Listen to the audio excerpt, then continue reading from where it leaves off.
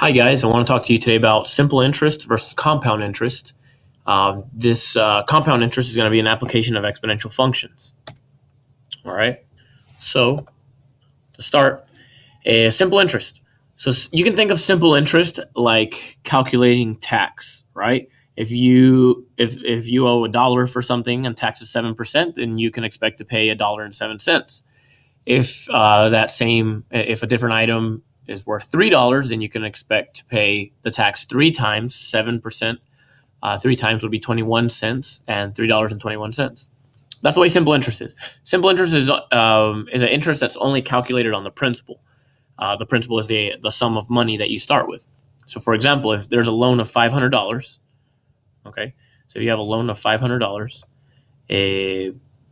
and you're going to have an interest rate of 5%. All right, so 5% of $500 is $25, right? If it's calculated for 3 years, you'd have $25 each year, which gives you $75. All right, and in one simple calculation, 500 times 0.05 times 3, that gives you 75. All right, again, $25 is added up 3 times. That's why it's called simple interest. All right, you can knock out simple interest in just one calculation. All right, or you can do it for just 1 year and add it up. Okay. Next, guys. Next we have compound interest. Okay. Let me erase right here. So compound interest, a little bit different, right? Compound interest is an exponential function. All right. Because with compound interest, you are gaining interest on your interest, right? So, for example, in this past example with simple interest, after the first year, you would owe $25 extra on that 500, right? So after that, instead of calculating the interest on 500, you would calculate it on 525, right? So compound interest is a little more involved. With compound interest, there's a formula. A equals the principal times this amount. Look at the structure. 1 plus the rate divided by the amount of times it's compounded, n, raised to the nt power, where n is the number of compounds per year and t is the number of years. All right. So for this example, $500 compounded monthly. All right. So this time you're going to compound every month. Every month, interest is going to be paid on this loan. All right. For 3 years at 5%. Okay. So what's that mean?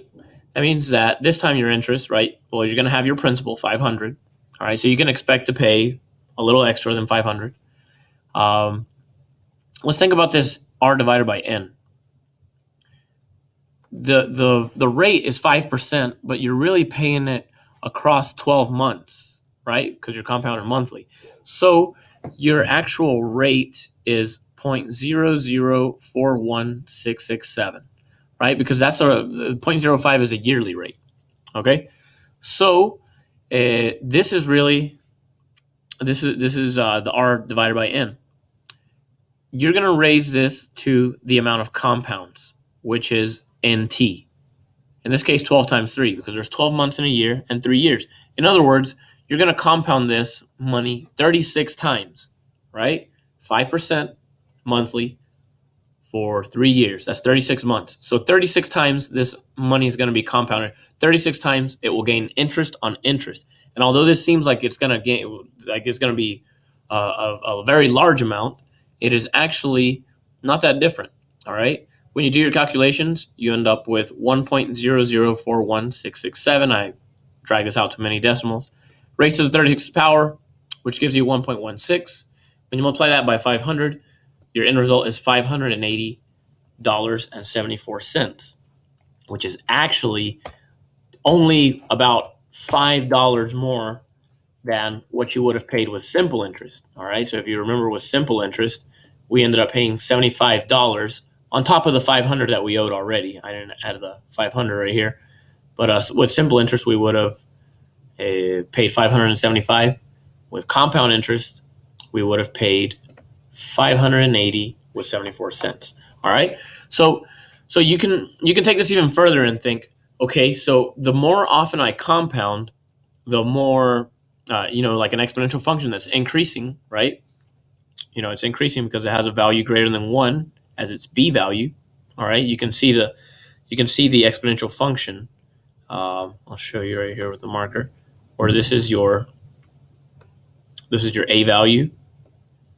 Here's your b value, and here's your exponent. Right? So you can expect it to be an increasing function. It's just increasing a little bit slower. It's not doubling or anything. So what happens if instead of compounding monthly, we do something just crazy like compounding daily or compounding every second? All right. Well, here's what happens. Even further than that, what if you could compound as often as possible? What if you could compound at every instant? That's called continuous interest. And let's see what happens with continuous interest. So that same loan at $500, there's a formula for continuous interest. It is the principal times E raised to the RT power. Make sure you do your order of operations correctly. You must raise E to the RT power first and then multiply by P. All right. So here we have 500 times the natural number E raised to the 0.05. That's 5% for 3 years. Okay, order of operations, take care of parentheses first. You get 0.15 for your exponent. Raise E to that exponent, and you will get 1.1618. Multiply that by 500, and you get $580.92, which, if we check it out, is really not much of a difference from the last compound, right? I think we got 580 with 74 cents. Not much of a difference, even if you compound as often as possible. Okay, so that can lead us to think a couple things. All right, you'll have plenty of practice problems for this. I just wanted to provide a video for you guys to see how I do the order of operations, what the formulas are, and just hear me talking about it. A couple things to think about. How are simple interest and compound interest similar? How are they different? And which seems to yield more money? Is there a big difference between simple and compound interest, or even continuously compounded interest? Something to think about. All right.